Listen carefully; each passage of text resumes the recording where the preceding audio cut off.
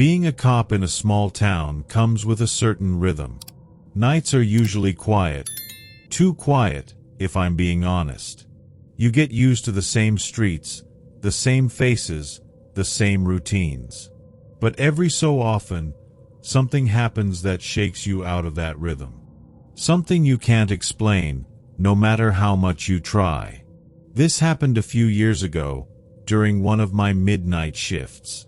My partner at the time, Carter, was new to the force. Fresh-faced, always cracking jokes, the kind of guy who didn't yet carry the weight of the job. I liked him. He brought a lightness to those long nights, even if his carefree attitude sometimes grated on me. That night started like any other. We'd been driving around for hours, chatting to keep ourselves awake, when Carter decided he needed a coffee break. There was a 24-hour diner a few blocks away, and he promised he'd be back in 20 minutes. I stayed behind in the patrol car, parked under the dim glow of a flickering streetlight. I didn't mind the solitude. The radio was quiet, the streets were empty, and the soft hum of the engine was almost soothing. I leaned back in my seat, letting my thoughts wander, when something caught my eye, a pair of hazard lights blinking in the distance. It was subtle at first, just a faint orange glow against the darkness, but as I focused on it, I realized it was a car parked at the side of the road. Its lights blinked rhythmically, like a heartbeat. I glanced at the clock. Carter had only been gone for a few minutes. Plenty of time for me to check it out. I put the car in drive and rolled toward the vehicle. The closer I got, the stranger it seemed. The car was perfectly still, its lights the only movement in the quiet night. But when I reached the spot where it should have been, there was nothing. I stopped the patrol car and scanned the area, shining my flashlight into the shadows. The road was empty. No sign of a car, no tire marks, nothing. Just the faint smell of exhaust lingering in the air. A chill ran down my spine. I radioed Carter, asking if he'd seen anything unusual on his way to the diner. He said no, his tone laced with confusion. By the time he returned to the car, I was still sitting there, staring at the spot where the car had been. Carter climbed into the car, a steaming cup of coffee in his hand. "You look like you've seen a ghost," he said, chuckling. I told him what I'd seen, or more accurately, what I thought I'd seen. A car with its hazard lights on, parked by the side of the road, then gone without a trace. At first, he laughed it off, saying it was probably some prankster or a car that drove off before I noticed. But as I described the scene, the blinking lights, the lingering smell of exhaust, his smile faded. "All right," he said finally. "Let's keep an eye out. Maybe it'll show up again." The rest of the shift was uneventful, but there was a tension between us now, an unspoken agreement to stay sharp. Every corner we turned, every street we passed, I found myself scanning for those blinking lights. An hour later, we saw it. The car was back, parked on a different street but unmistakably the same one. Its hazard lights blinked in the same steady rhythm, casting an eerie orange glow onto the asphalt. Carter and I exchanged a glance. Without a word, I parked the patrol car, and we both stepped out. As we approached, a strange feeling washed over me. The car seemed wrong. I couldn't put my finger on it, but something about it felt off, like it didn't belong there. "Stay back," I told Carter, my hand instinctively moving to my holster. He nodded, shining his flashlight at the car. The beam caught wisps of smoke rising from the hood. The smell of burnt rubber filled the air, sharp and acrid. "I don't like this," Carter muttered. Neither did I. I stepped closer to the car, my flashlight aimed at the license plate. The smoke rising from the hood had thickened, curling into the cold night air like ghostly tendrils. The smell of burnt rubber grew stronger, and beneath it, there was something else, a faint metallic tang like blood or rust. "Do you see anyone inside?" Carter asked, his voice low and tense. I shook my head. The car's interior was dark, the windows fogged up from the inside. No movement, no sound. It was as if the car had been abandoned just moments before we arrived. Carter moved to the passenger side, his flashlight sweeping across the glass. "Nothing over here," he said. "Should we pop the hood? Maybe it's overheating." Something in my gut told me not to. Every instinct I had screamed at me to step back, to leave the car alone. But before I could respond, the car let out a loud metallic groan, like the sound of metal bending under immense pressure. "Get back!" I shouted, grabbing Carter by the arm and pulling him away. We barely had time to react before the car erupted in a deafening explosion. The force of it knocked us off our feet, and a wave of heat washed over us, searing the air. Pieces of metal and glass rained down, clinking against the pavement like shards of ice. For a moment, all I could hear was the ringing in my ears. I pushed myself up, coughing as the acrid smell of smoke filled my lungs. The car was engulfed in flames, the fire crackling and roaring as it consumed the vehicle. "You okay?" I called out, my voice hoarse. Carter was already on his feet, brushing debris off his jacket. "Yeah," he said, his face pale. "What the hell just happened?" I didn't have an answer. All I could do was stare at the burning wreckage, my mind racing. There had been no warning, no sign of what was coming. 1 second, the car was there, silent and still. The next, it was a fireball. We called for backup, reporting the explosion and requesting a fire crew. As we waited, we kept our distance from the flames, both of us too shaken to speak. When the fire finally died down, there was little left of the car but a smoldering shell. The metal frame was warped and twisted, the windows shattered. And yet, there was something odd about the scene. "Where's the engine?" Carter asked, his voice trembling. He was right. The engine block, the heaviest part of the car, was missing. There was no sign of it anywhere, not in the wreckage, not in the surrounding area. It was as if it had vanished into thin air. By the time the fire crew arrived, there wasn't much for them to do. They extinguished the remaining embers and cleared the area, but no one could explain the explosion or the missing engine. We filed our report at the station, but the questions kept piling up. What had caused the car to catch fire? Why had the engine disappeared? And why did the whole thing feel deliberate? The next morning, Carter and I returned to the site with a tow truck, planning to haul the wreckage back to the station for further investigation. But when we arrived, the car was gone. Not just moved, gone. The pavement was scorched, the blackened marks of the fire still visible. But there was no sign of the car, no debris, no tire tracks. It was as if it had been plucked from the earth and erased. "Did they tow it already?" Carter asked, though his voice carried little conviction. I called the station to check. No one had authorized a tow, and no one had seen or reported the car since the night before. Carter paced the length of the burned pavement, his hands on his hips. "This doesn't make any sense," he muttered. He was right. It didn't. For the rest of the day, we searched for answers. We checked with local towing companies, reviewed traffic cameras, even knocked on a few doors to see if anyone had seen or heard anything. But every lead came up empty. By the time our shift ended, we were no closer to understanding what had happened. Carter was visibly shaken, his usual humor replaced by a quiet unease. I didn't feel much better. As we drove back to the station, I couldn't shake the feeling that we had stumbled onto something we weren't meant to find. And whatever it wasn't finished with us yet. Years have passed since that night, but it still lingers in my mind like a shadow I can't escape. Carter left the force not long after. He said it was to spend more time with his family, but I know the truth.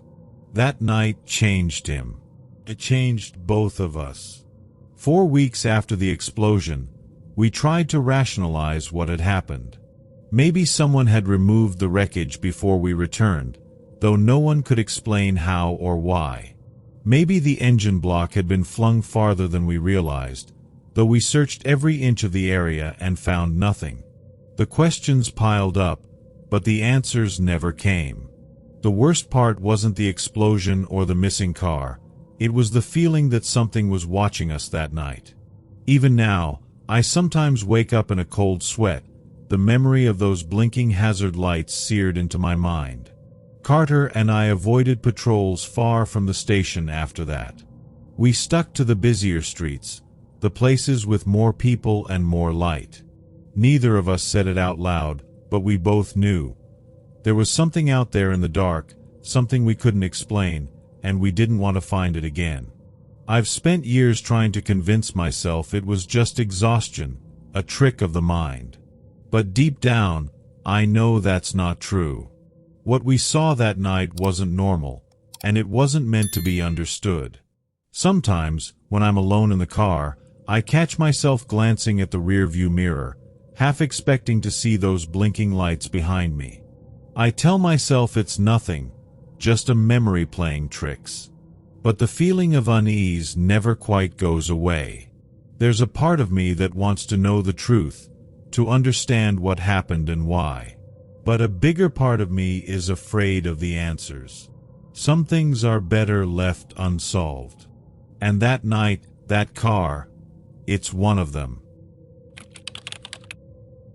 When you spend years patrolling the same quiet streets, you learn to expect the routine. Most nights are uneventful. False alarms, a stray dog wandering too close to traffic, the occasional drunk stumbling home. That's what I thought the job was, a predictable rhythm, a steady grind. But there was one night years ago that taught me otherwise. I was partnered with Ramirez, a younger cop fresh out of the academy. He was eager, always asking questions and talking about his plans to make detective. I liked his enthusiasm, though sometimes it clashed with my seasoned approach.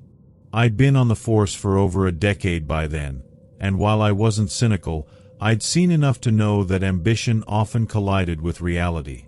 It was a cold, clear night, the kind where the silence of the town wraps around you like a heavy blanket.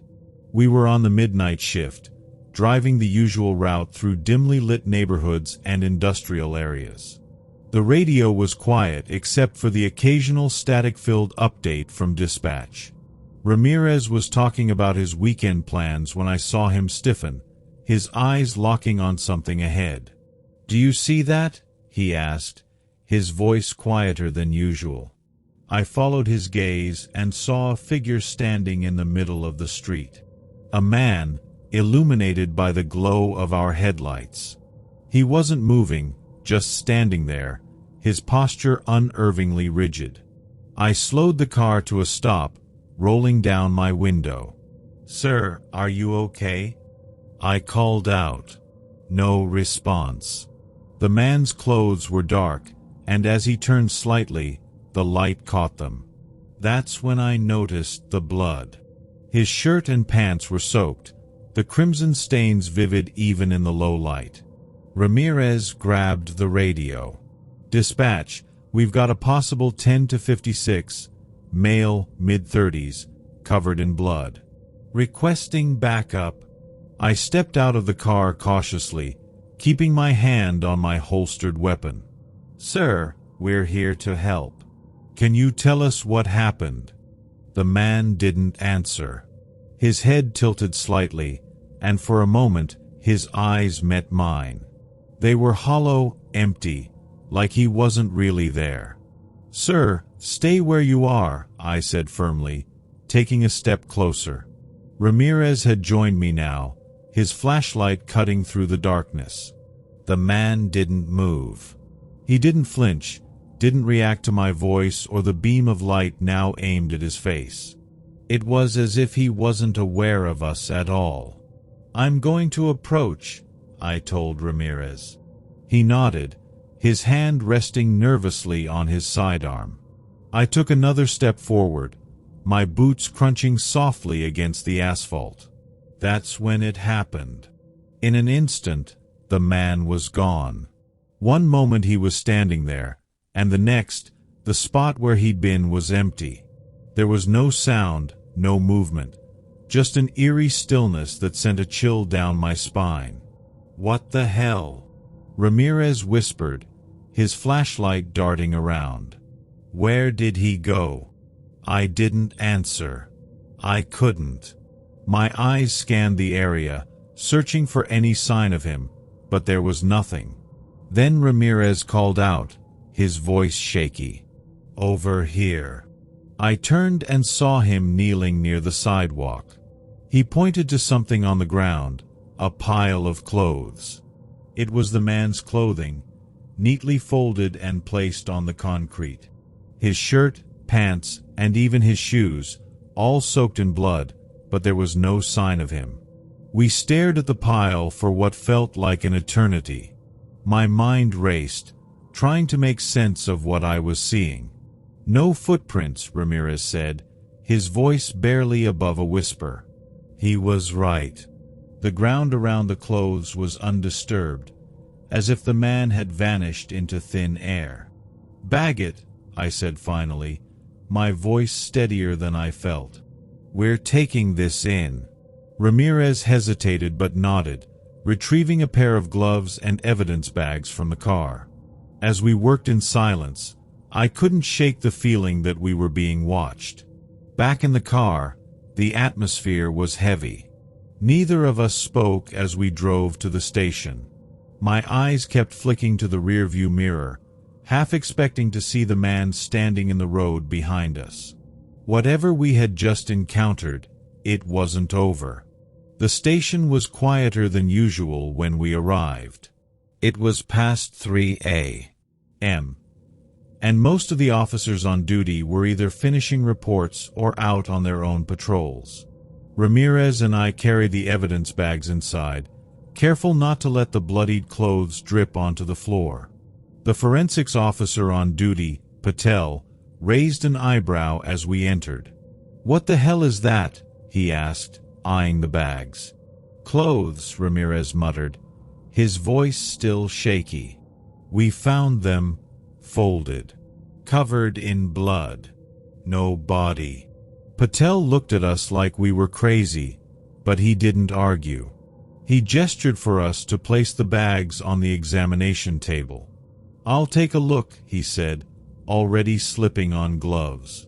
As Patel worked, Ramirez and I sat in the break room, sipping stale coffee. The adrenaline was wearing off, replaced by a creeping sense of unease. "You saw it, right?" Ramirez said suddenly, breaking the silence. "That guy. He was there. Then gone." I nodded. "Yeah, I saw it." "What do you think happened?" "I mean, people don't just disappear." "I don't know," I admitted. But whatever it wasn't normal. Before we could continue, Patel walked in, holding a clipboard. His expression was unreadable. "So, the blood on the clothes?" "It's not from one person," he said, setting the clipboard down. "It's from at least 3 different blood types. No matches in the system." "What about the clothes themselves?" I asked. "They're generic. No tags, no distinguishing marks. Just plain, cheap fabric. The kind you'd find in any discount store." "And the man?" Ramirez pressed. Patel shook his head. "If he was wearing these, there's no DNA left. No hair, no skin cells, nothing. It's like whoever folded these clothes was trying to erase themselves. The room fell silent. There were no leads, no explanations, just a growing sense of something we couldn't define. We spent the next few hours combing through reports, searching for anything that might connect to what we'd seen. Missing persons, violent crimes, anything. But there was nothing. By dawn, the case was officially labeled inconclusive. I could see the frustration on Ramirez's face, but there was nothing else we could do. In the days that followed, life returned to a semblance of normalcy. Ramirez and I continued our patrols, though we both knew things weren't the same. It started with little things. The radio in the car crackling more than usual, picking up faint whispers that neither of us could make out. Once, during a late shift, we both thought we saw the same shadow moving just beyond the range of our headlights. Ramirez was the first to bring it up. "Do you feel different since that night?" I didn't want to admit it, but I did. It wasn't fear exactly.